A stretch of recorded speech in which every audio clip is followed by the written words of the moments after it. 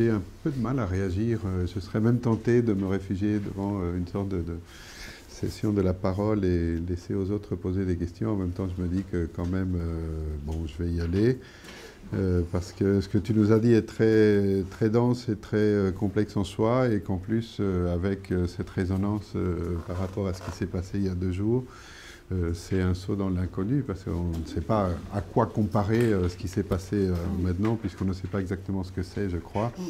Commencer par cette figure de l'ennemi qui est très énigmatique, au-delà de la vérité évidente de sa violence sans limite. Mais justement, ces questions d'altérité, de familiarité de cette figure de l'ennemi, ça revient tout de suite sur le devant de la scène dès qu'on sait que les assassins de vendredi sont nés ici, quoi, que c'est des Français qui sont nés quelques kilomètres d'ici, et ainsi de suite.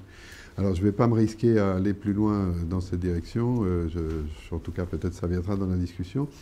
Il y a quand même un point sur lequel je voulais rebondir pour essayer, mais c'est vraiment risqué de ma part, mais de faire écho à ce qui s'est passé et à ce que tu as dit. C'est une question qu'en fait, je n'arrête pas de croiser sous des formes diverses et tellement fuyantes que je désespère d'un jour y voir vraiment clair. C'est la question de l'autonomie de la musique, ou de l'autonomie de l'expérience musicale, ou de l'autonomie des lieux où l'on fait de la musique, pensés comme des lieux qui suspendent le cours de la vie ordinaire. Ça, c'est quelque chose qui me trouble beaucoup. Je pense par exemple, et là je vais mettre les pieds dans le plat, vous avez tous remarqué, pour ceux qui l'ont lu, que le communiqué de revendication des attentats de vendredi dernier, émis par l'organisation Daesh, cible explicitement le lieu du concert. Il n'est pas nommé dans le communiqué, sauf erreur, mais il cible ce lieu comme un lieu d'idolâtrie. Donc il y a cette notion d'idolâtrie qui est mise en avant, qui distingue la pratique d'être réunis dans ce lieu pour faire une musique qui n'est pas décrite comme musique, mais qui est qualifiée de dépravée, je crois. Donc c'est l'idée même qu'il y a des lieux qui, d'après ce vocabulaire que je ne maîtrise absolument pas, rassurez-vous, mais qui, d'après ce que je comprends, pointe à attribuer à cette pratique d'écoute collective dans un lieu un statut d'une religion, d'une contre-religion par rapport à la religion que croit être la leur. Je n'entre pas du tout dans le débat jusqu'à quel point c'est une forme déviante d'islam. Enfin, ce débat, je le laisse complètement de côté. J'insiste sur cette manière de revendiquer l'agression contre les gens qui sont dans un lieu de musique en tant qu'une forme religieuse, ou para-religieuse, comme on voudra, parce que ce qu'ils désignent de cette manière, et ce qu'ils veulent détruire, et ce qu'ils ciblent de manière on ne peut plus directe, c'est précisément l'idée de préserver des espaces pour une certaine pratique que nous appelons esthétique, artistique, etc., qu'ils voient, je ne sais pas exactement comment, mais qu'ils découpent à l'intérieur du tissu social.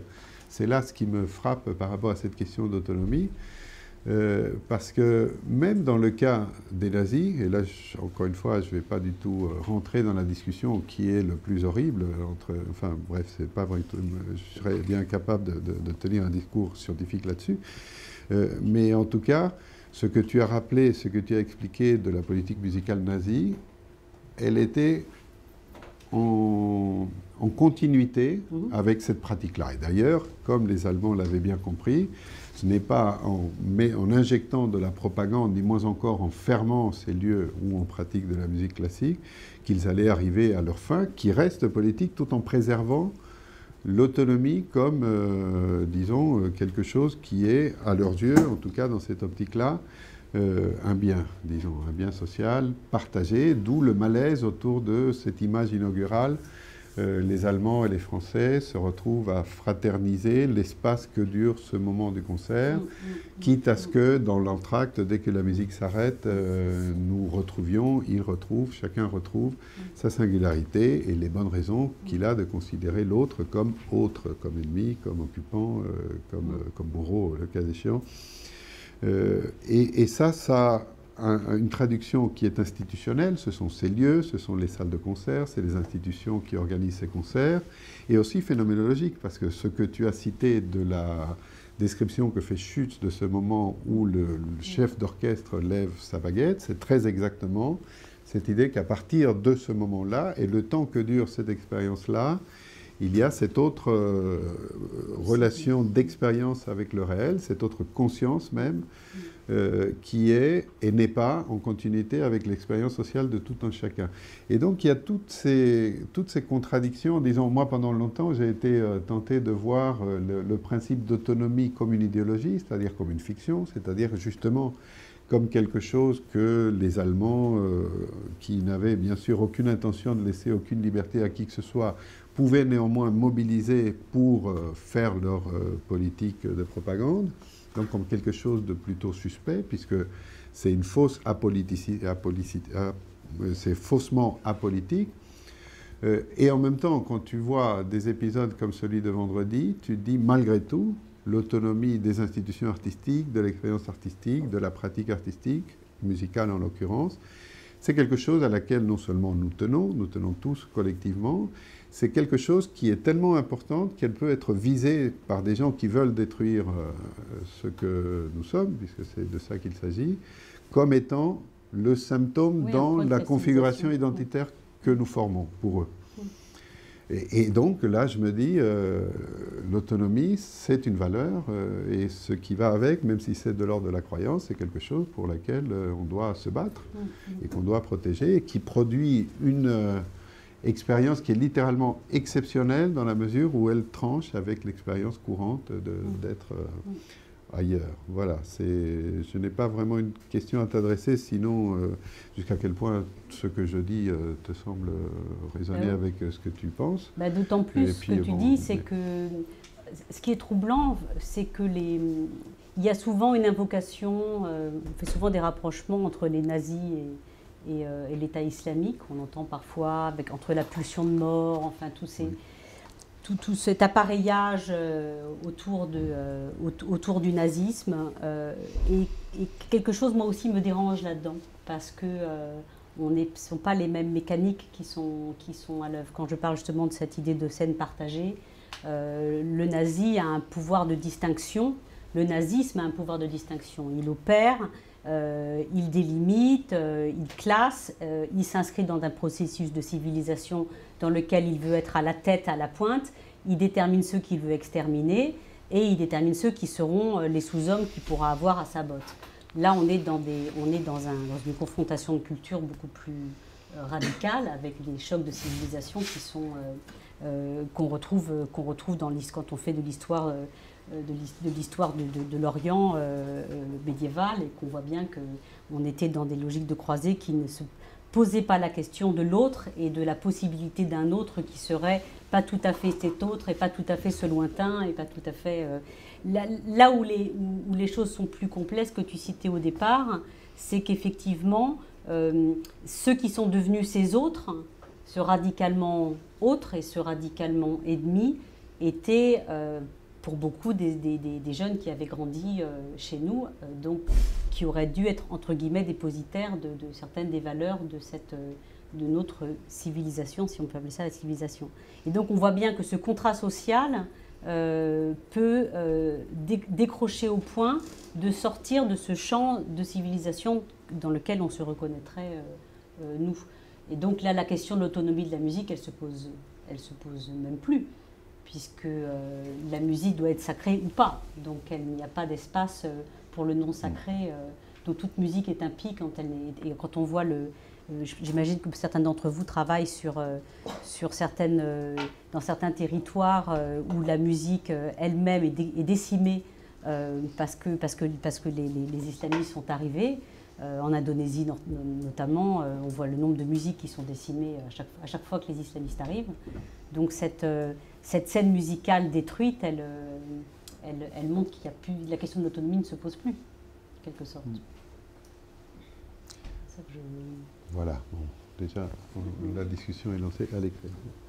Oui, j'avais une question dans la continuité de cette question sur les nazis.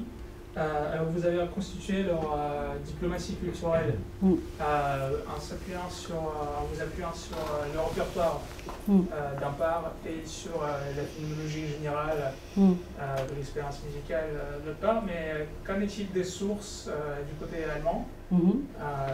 J'imagine qu'ils ont pu dire très explicitement, voilà, il faut privilégier un tel répertoire afin que nous puissions préserver la cohérence sociale pour créer une illusion de coexistence plus ou moins institutionnellement stable entre les deux pays, deux régimes, etc. Donc ça serait la première question, des sources en fait du côté des Allemands. Parce que moi je connais un peu comme, dans l'autre sens, à l'époque des guerres napoléoniennes, quand le théâtre a été mobilisé dans la diplomatie culturelle de Napoléon, là on a des documents qui disent très clairement quel répertoire il faut privilégier, à quelle fin, etc. Ah oui. Oui, oui c'est ça, de Raoul Markowitz. C'est chez nous, Napoléon et la musique. Ah non, c'est possible. Et deuxième question, sur le courrier de l'EM, alors vous avez dit qu'il y avait que ce périodique faisait apparaître les solidarités naturelles entre les musiciens de l'orchestre. Et moi j'avais une question, voire un doute. Est-ce qu'on pourrait voir cette source, cette mise en scène de la corporation plutôt comme un document de l'époque, c'est-à-dire n'importe quel milieu professionnel est traversé par les tensions, par les conflits, et surtout un orchestre symphonique, alors qu'à l'époque de la guerre, il faut absolument laisser tomber les différends et mettre en scène une image d'une cohésion, socio-professionnelle, et je me demandais justement s'il y avait d'autres périodiques de ce genre, je ne sais pas, par les maîtres pâtissiers ou par je sais pas, dans d'autres milieux socio-professionnels. D'accord. Je vais d'abord vous répondre sur la question des sources. C'est très intéressant ce parallèle par rapport aux guerres napoléoniennes. Elles sont excessivement abondantes, les sources. Notamment en France, de l'Archive nationale, où sont déposés beaucoup de rapports d'activité. C'était des rapports hebdomadaires. Donc, alors évidemment, il faut les lire au prisme vu la violence du pouvoir nazi, y compris pour ses différents agents. On se doute bien que tout est un peu héroïsé et maximisé dans les effets de cette politique musicale sur la population française.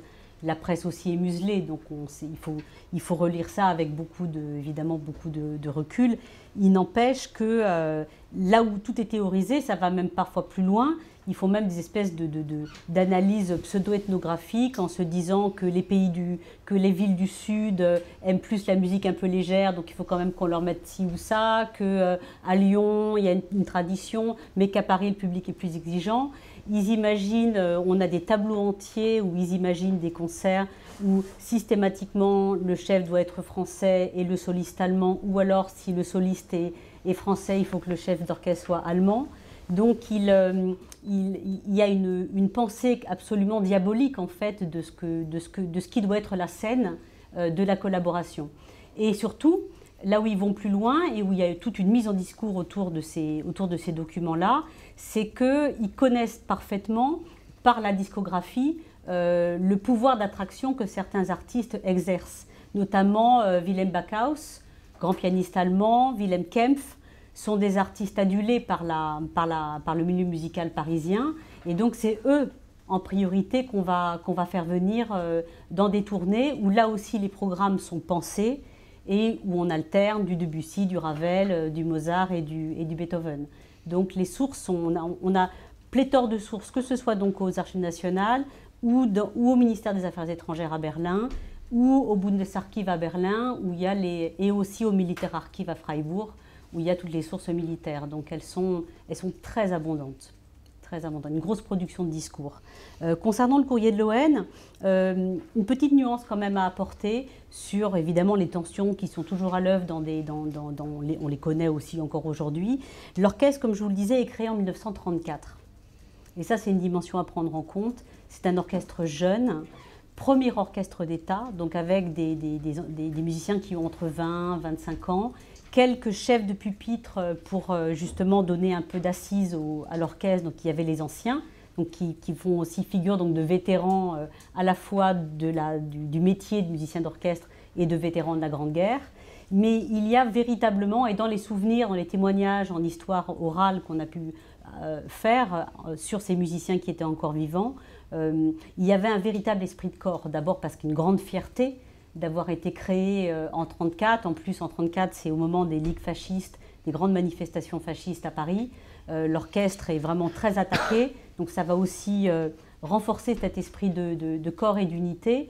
Et on a un vrai sentiment d'arrachement, en fait, d'une amputation d'un corps social, parce que des musiciens partent au front. Donc je ne pense pas que ce soit des... Et d'ailleurs, quand je vous montrais ces mots croisés ou cet humour potache, ce n'est pas des grands discours.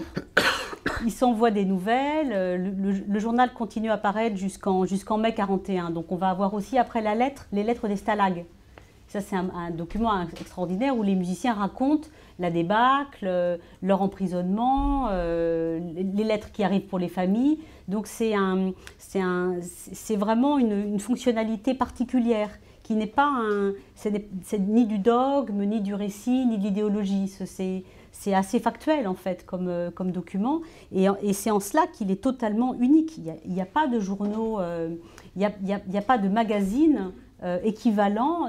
Alors pour les autres orchestres ça n'existe pas, mais il n'y a pas la moitié d'une usine qui part à l'étranger avec ceux qui restent écrivant aux autres.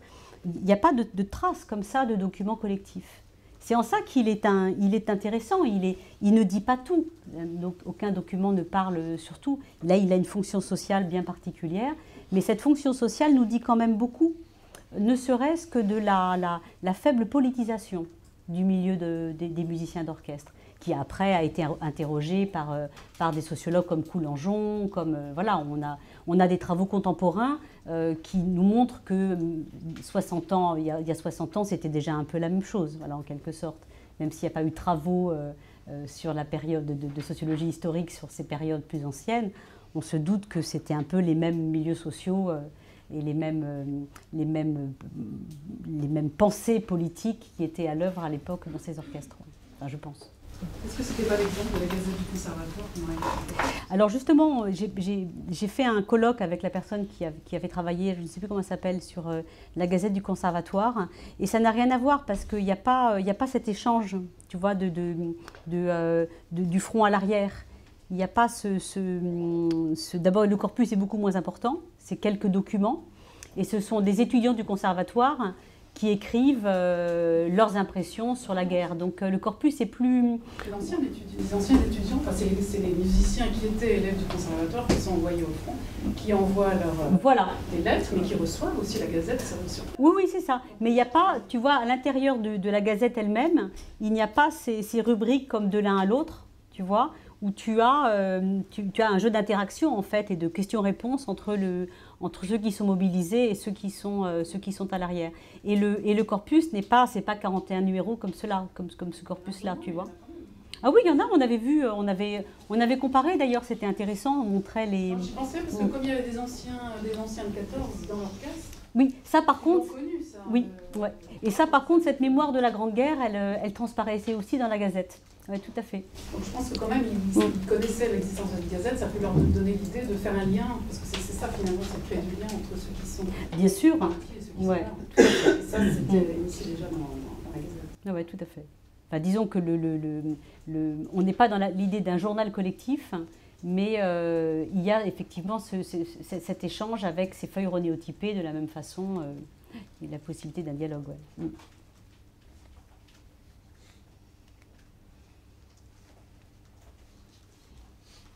Moi j'avais une question par rapport à la programmation à l'Opéra de Paris, du coup, pendant l'occupation. Du coup, vous avez dit que la programmation était très diverse entre des œuvres françaises et les œuvres germaniques avec Mozart notamment. Et du coup, on pose la question de la langue utilisée en fait tout bêtement pour ces opéras. Est-ce que on joue la flûte enchantée en français, est-ce qu'on la joue en allemand, et est-ce qu'on fait plusieurs versions? Et surtout, est-ce qu'il y a une évolution du coup dans la politique culturelle nazie pour savoir est-ce qu'on va imposer l'allemand ou pas voilà. Tout à fait. En fait, il y a effectivement, je ne l'ai pas mentionné, mais il y a une bascule à partir de 1941. C'est-à-dire qu'on a une première année d'occupation où l'occupant arrive avec on appelle ça un visage français. Donc, même d'ailleurs, aux grandes dames de Jacques Roucher, qui est le directeur de l'Opéra de Paris, aucun ouvrage germanique n'est autorisé au tout début. Ça commence avec La Damnation, il y a Carmen à l'Opéra Comique. Donc, on est sur du programme franco-français. Jacques Roucher écrit au lieutenant en charge du spectacle à Paris en disant « mais c'est pas possible, ces grands chefs-d'œuvre allemands, on ne peut pas priver nos abonnés, ils vont déserter l'opéra ». Mais les Allemands ont vraiment peur d'arriver dans leur fourgon ces compositeurs. Donc, pendant la première année, on est vraiment sur une stratégie d'arriver masquée, aussi parce que les troupes allemandes sont très mobilisées, c'est très stratège, hein, les troupes, il y a un problème numérique, elles sont mobilisées sur trop de fronts. Donc il y a peu d'Allemands en France d'un point de vue numéraire. Donc pour stabiliser, pour maintenir une forme de paix sociale, il faut éviter à tout prix des mouvements de foule.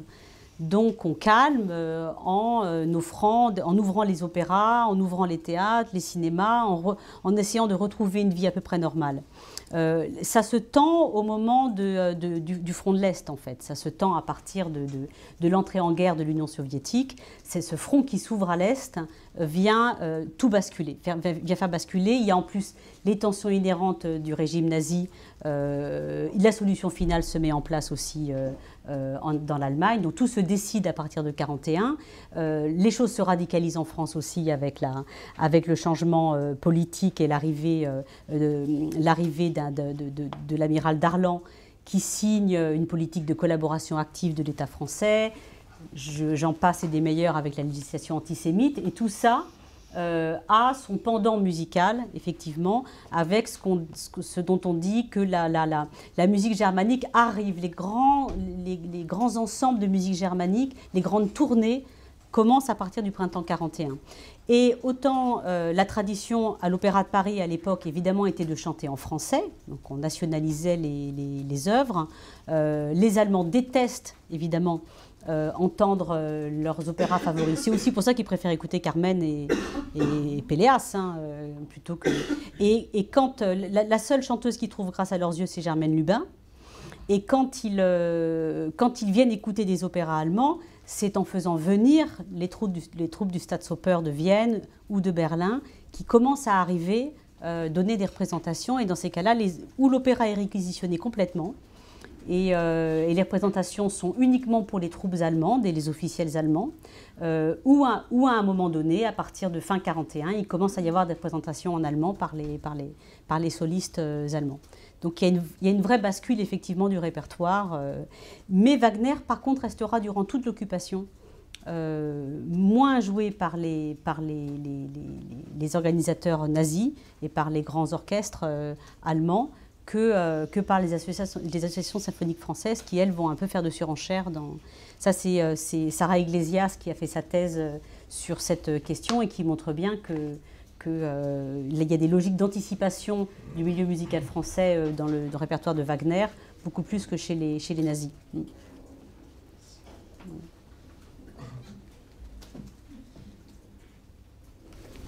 Je voulais vous poser une petite question sur un terme que vous avez utilisé qui m'intéresse particulièrement. Je voulais savoir si c'était dans le flot de votre discours ou si vous l'aviez vraiment mobilisé dans votre travail. C'est celui de scène virtuelle. Quand vous parlez de cette rencontre franco-allemande et de ces négociations qui peuvent avoir lieu. Je ne sais pas si c'était une expression ou plutôt un concept que vous forgez. Oui, c'est un concept. Je me méfie je me méfie des concepts et des. Je trouve qu'ils s'usent très très vite dès qu'on les a. voilà, dès qu'on les a formulées. Mais je pense que la notion de la virtualité, effectivement, la question de la virtualité des scènes est une notion intéressante. En tout cas, elle fait sens à plein d'endroits, dans ces moments justement où il est question de se représenter ce que devrait être une musique idéale, nationale, pas nationale. Et que ça va jusqu'à créer des scènes virtuelles aussi dans les concerts dits de résistance, où on recrée une virtualité aussi d'une œuvre française avec la possibilité de lecture multiple dès lors qu'on se dit que c'est ou résistant, ou national, ou nationaliste, ou vichiste. Donc la notion de virtualité est plurivoque, quoi. Et ce que je voulais savoir, c'est si la notion de virtualité, là, vous le traitiez comme une condition d'existence de toute scène ou comme l'aboutissement d'un travail social d'élaboration esthétique ou symbolique qui arriverait à un terme. Moi, je pense que non. Disons que je le pense pas comme le produit d'une intentionnalité. C'est ça que vous voulez. Je pense que c'est ça découle en fait de ces flous, en fait, d'une espèce de combinatoire des flous et des volontés de masquage en fait successifs d'un occupant qui cherche à brouiller un peu les cartes et qui finit par créer cet espace possible qui serait un espace de virtualité, mais qui n'est pas formulé. En tout cas, il n'est jamais conscientisé, verbalisé. Il n'y a pas de réflexivité sur cette question-là même de la virtualité d'une scène. Donc, c'est plutôt le regard que moi je porte ex post, quoi, sur ces réalités-là.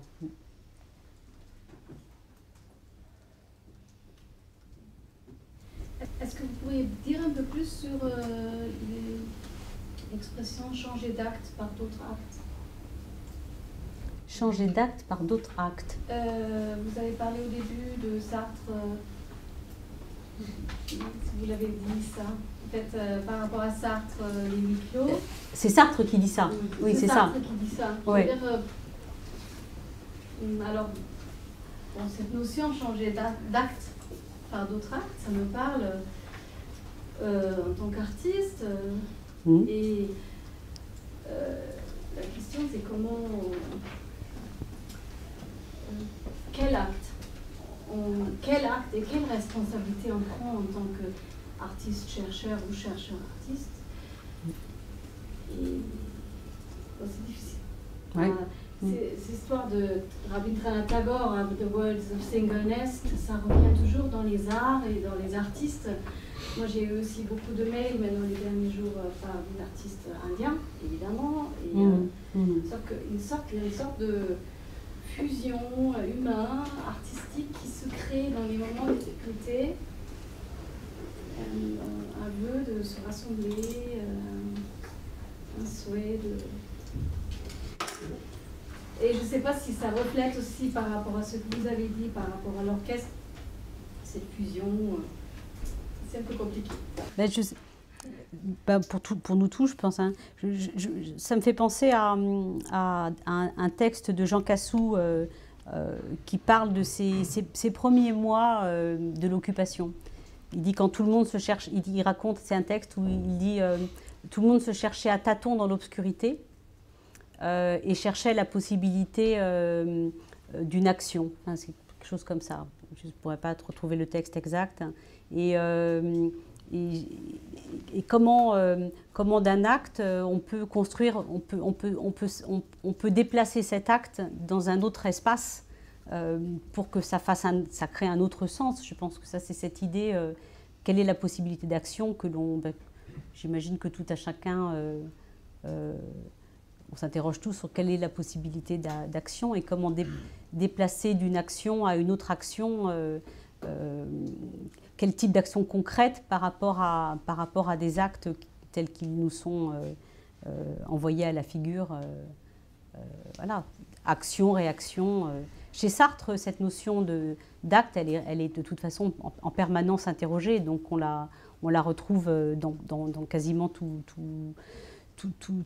toute cette littérature, en fait, à partir de 1945, de ses premiers textes sur la question de l'engagement, et de la possibilité d'une action vient interroger le sujet agissant, le sujet critique, et par rapport à sa position critique, se pose dans une action concertée. Donc nous, voilà, qu'est-ce que nous, on peut mettre en branle comme type d'action? Ben ça, je crois que chacun a sa réponse, quoi. Ou sa non-réponse, je sais pas.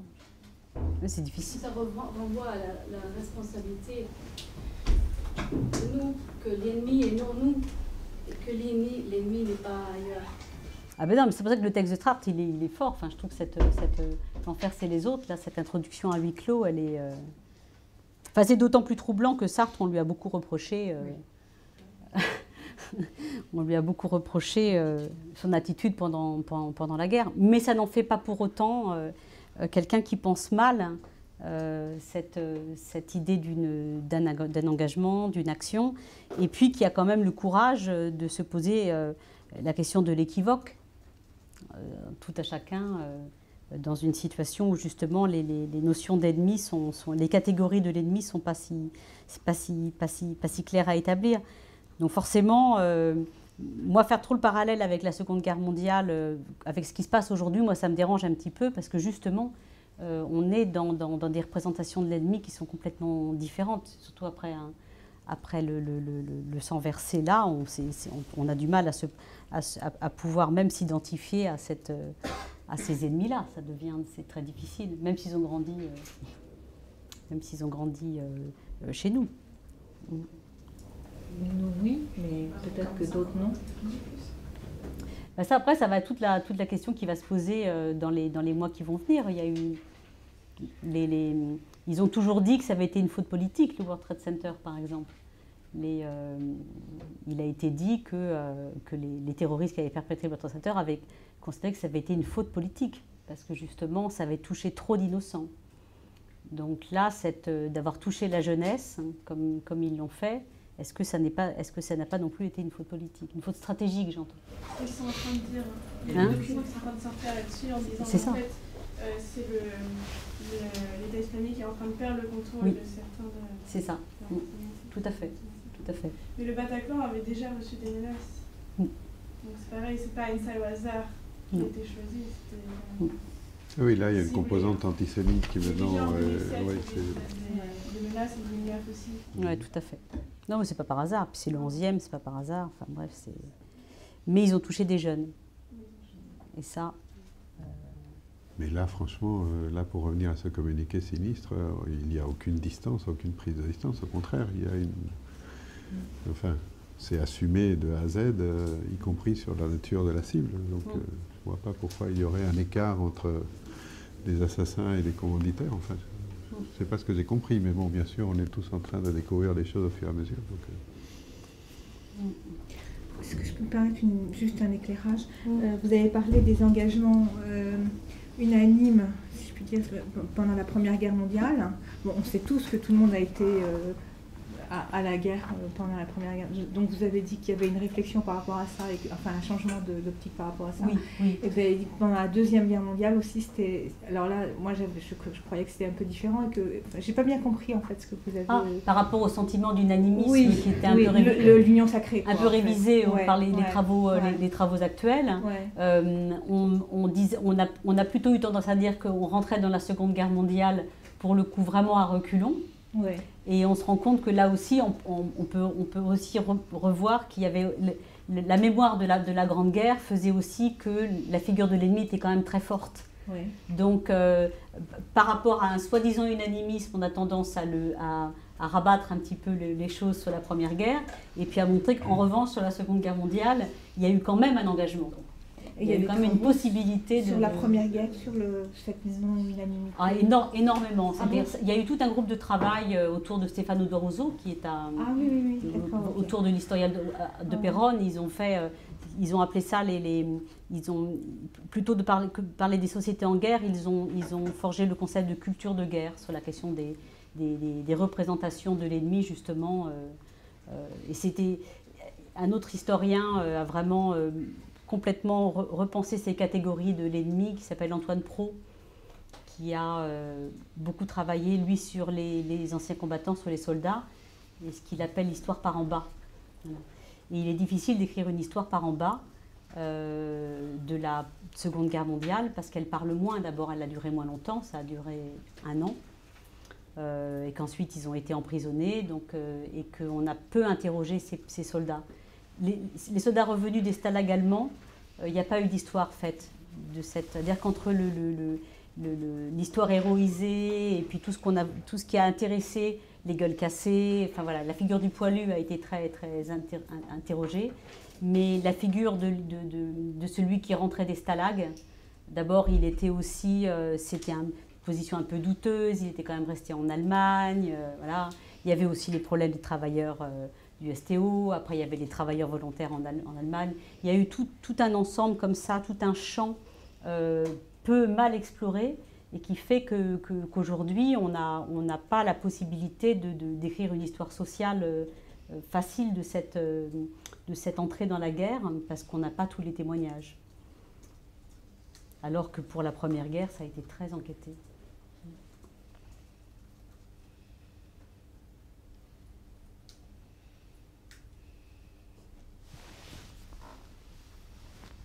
Alors, quelqu'un veut encore prendre la parole? J'ai envie de te poser, ça va être peut-être une question, pas pour clore, mais enfin, on verra bien. Une question de comment tu perçois la question de la singularité de la musique par rapport... la question a été posée, est-ce qu'il y a dans d'autres métiers des comportements comparables, etc. Tu as quand même donné quelques pistes pour aller vers une singularité de la situation dans le domaine musical, à la fois parce qu'il y aurait des situations singulières du point de vue du type de dépendance par rapport au marché du travail et du type d'exceptionnalité que l'expérience de la musique suppose du point de vue de la propagande. Donc il y aurait là 2 facteurs qui convergent. Plus la formation, comme je disais. Oui. Mais enfin, je voulais t'interroger là-dessus, parce que quand on travaille sur la musique, on a toujours un peu, et moi comme tout le monde, je crois, tendance à dire, à isoler des singularités et même des exceptionnalités. Bon, c'est même l'image de Brecht, là, l'Arche de Noé pour la musique, c'est pour démonter cette croyance dont Inévit serait le porte-parole d'une singularité absolue de cette expérience-là, qui est une autre manière de parler de l'autonomie de l'expérience musicale d'ailleurs. Enfin, quel est un peu ton sentiment? Parce que moi-même, en insistant sur le lieu de concert comme la cible de vendredi, je suis en même temps en train de dire ça aussi, alors que c'est peut-être pas la musique qui est concernée, mais un type de sociabilité collective.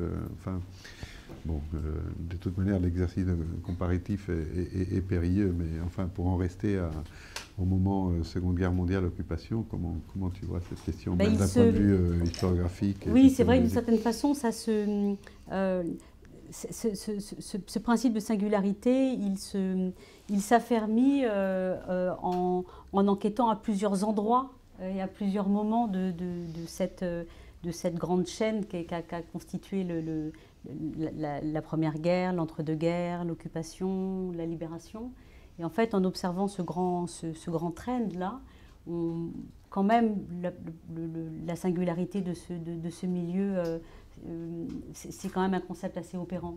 Parce que même dans les logiques d'épuration, au moment de l'épuration des musiciens, il y a évidemment des jeux de concurrence très forts dans le milieu des chanteurs de variété. Mais en revanche, dans le milieu de la musique classique, le principe de la solidarité des pairs, comme on a pu le dire, elle a joué à plein régime. On a retrouvé, et ça, il n'y a pas ce phénomène-là chez les écrivains, par exemple. Les écrivains résistants ont incarné à un moment donné une parole de la responsabilité, de la nécessité de l'engagement, et même s'il n'était pas forcément pour la peine de mort, il y a pas mal d'artistes, pas mal d'écrivains qui vont prendre des distances contre les mises à mort de Brasillac ou de différents écrivains à la Libération. Mais en France, en tout cas, les compositeurs, ceux des compositeurs résistants qui ont pris des grands risques pendant la Résistance, sont allés sortir leurs copains de prison quand même. C'est quand même Roger Desormières, grand communiste, engagé dans les ligues antifascistes dès 1934, qui est très actif pendant l'occupation, qui va à la prison, qui va voir son copain, le colonel Roltanguy, qui est le libérateur de Paris, le colonel Roltanguy, et qui demande à Roltanguy d'exfiltrer Alfred Cortot du commissariat où il se trouve, dans un autre commissariat qui va être à côté des forces françaises libres. Et Cortot va sortir de prison sans être jugé, et jugé par un faux jury d'officiers du deuxième bureau, et il va sortir intact. Il n'y aura pas de procès de Cortot en indemnité nationale, alors qu'il était un des premiers à normalement devoir passer au moins par cette instance, parce qu'il y a eu des instances d'épuration professionnelle, il y a eu des instances d'épuration judiciaire, il y avait les instances exceptionnelles comme la haute cour, où là on pouvait condamner à mort, mais on condamnait essentiellement des militaires et des hommes politiques. Mais le nombre de recours, même un compositeur comme Charles Koechlin, qui était la figure du compositeur engagé, communiste, écrivant dans toutes les revues, compositeur social, Koechlin va défendre Max Delonne, va défendre Florent Schmitt, va défendre... Il y a des lettres qui sont stupéfiantes. Et tout ça, est-ce qu'il faut le lire au prisme justement de ces solidarités très fortes nouées dans l'enceinte du conservatoire? Moi, je le pense, parce que connaissant très bien le milieu justement du conservatoire et la logique encore aujourd'hui pour faire carrière dans la musique, ça passe par des réseaux d'amis, de professeurs, de compositeurs qui vous jouent ou d'interprètes qui vont être des interprètes réguliers de compositeurs. Donc c'est des familles. On le voit dans la musique de chambre en France aujourd'hui aussi. Ce sont des familles. On voit bien que y a la famille des Capuçons qui va au tournage, la famille d'un tel, il y a famille et ils construisent leur carrière comme ça. Il suffit on pourrait s'amuser à faire des analyses, ça pourrait être des sujets de master très intéressants, pour voir comment se distribuent les saisons musicales en France dans les séries de musique de chambre. C'est fascinant. Et après, vous faites une analyse prosopographique. Là, on a raison tout le temps. On sait qu'ils étaient ensemble. Bah si, ils étaient ensemble en classe d'analyse, ou ils étaient dans la même classe chez Gérard Cosset au CNSM, où ils ont fait de la musique de chambre ensemble, où ils faisaient des stages à Évian, où les autres faisaient des stages aux Arcs. Enfin, et il n'y a pas l'équivalent dans le milieu du théâtre. Ça n'existe pas. Ça n'existe pas. Il n'y a pas. C'est beaucoup plus individualisé, le monde du théâtre. Il y a des collectifs après. Le théâtre, on recrée des collectifs. C'est un phénomène nouveau et là aussi très intéressant à étudier en sciences sociales. C'est l'idée de recréer du groupe dans des professions où normalement on était assez seul. Donc on a dans notre centre des jeunes chercheurs qui travaillent sur les collectifs de peintres à Berlin, parce qu'il y a de plus en plus de collectifs. Donc théâtre, art plastique, il y a des collectifs. Musiciens en musique ancienne, maintenant il y a des collectifs. Musique contemporaine, il y a des collectifs. Donc là, effectivement, ça change, mais pendant l'occupation ou dans ces années-là, c'est l'espace du conservatoire qui est un lieu de socialisation très jeune. Et il faut savoir, à la différence d'aujourd'hui, c'est que les enfants qui rentraient au conservatoire pouvaient rentrer à 9 ans au Conservatoire Sud de Paris. Donc si ça, ce n'est pas un moule social puissant, je ne sais pas ce que c'est. Merci beaucoup Karine. Alors, bon, bravo, encore une fois.